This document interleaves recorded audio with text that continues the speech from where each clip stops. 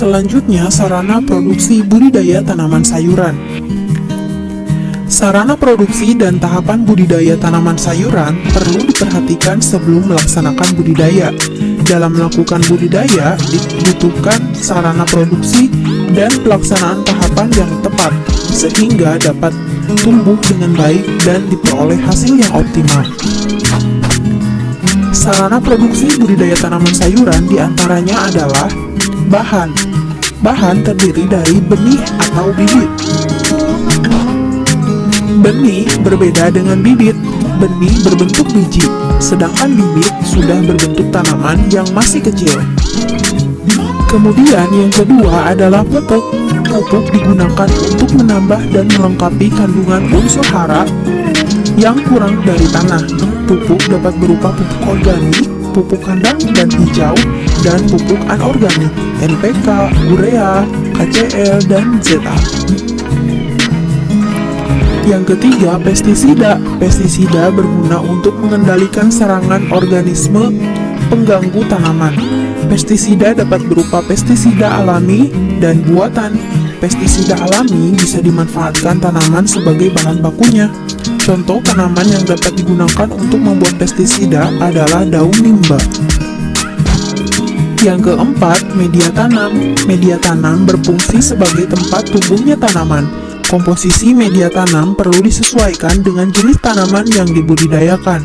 Media tanam umumnya berupa tanah. Aneka media tanam antara lain arang, batang, pakis, kompos, mos, pupuk kandang, sabut kelapa, sekam padi, dan humus. Berikut adalah beberapa jenis media bahan organik. Yang pertama, arang sekam. Arang sekam adalah hasil pembakaran tidak sempurna dari sekam padi, kulit gabah yang berwarna hitam. Kemudian, kompos. Kompos merupakan zat akhir proses fermentasi tumpukan sampah atau serasah tanaman.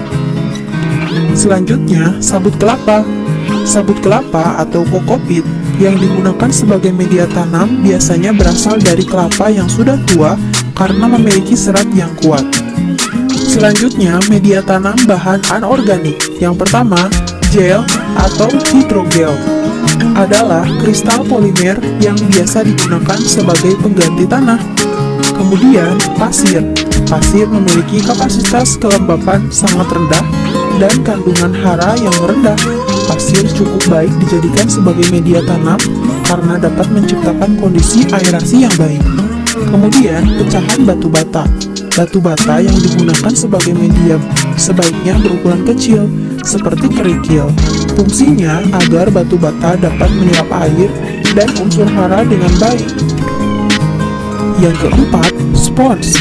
Spons banyak digunakan untuk budidaya tanaman hias. Yang kelima, vermiculit dan perlit. Yang kelima, vermiculit dan perlit. Vermiculit adalah bahan anorganik steril yang berasal dari pemanasan kepingan-kepingan mika. Bahan ini mengandung kalium.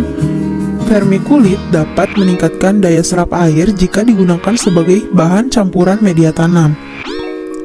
Kemudian, selanjutnya adalah alat. Peralatan tanaman digunakan untuk mempermudah proses atau kegiatan budidaya. Berikut ini pengenalan beberapa alat yang diperlukan dalam kegiatan budidaya tanaman sayuran.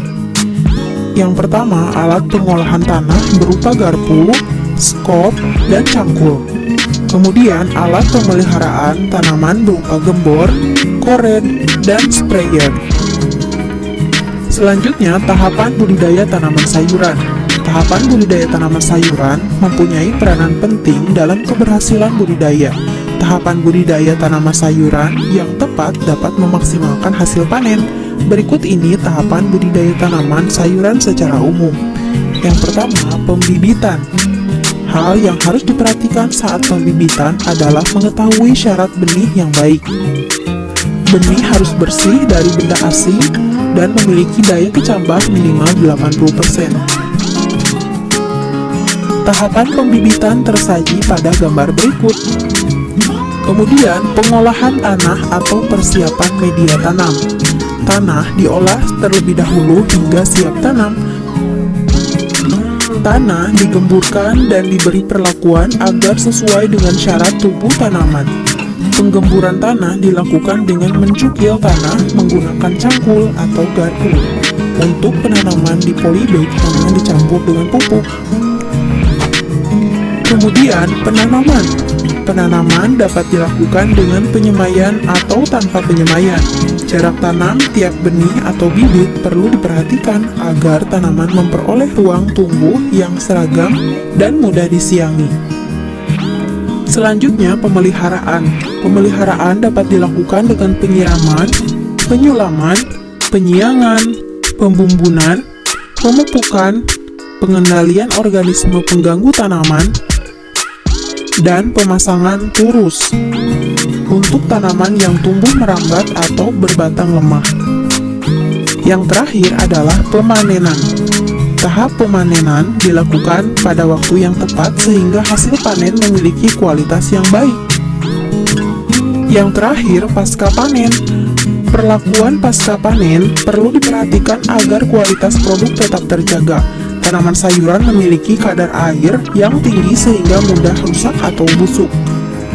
Tahapan pasca panen meliputi tahapan-tahapan berikut, yaitu pengumpulan hasil panen, penyortiran dan penggolongan berdasarkan ukuran dan umur tanah, kemudian penyimpanan hasil panen di tempat yang bersih dengan kadar air tertentu. Baiklah teman-teman, kita telah mempelajari jenis, sarana produksi, dan tahapan budidaya tanaman sayuran secara umum.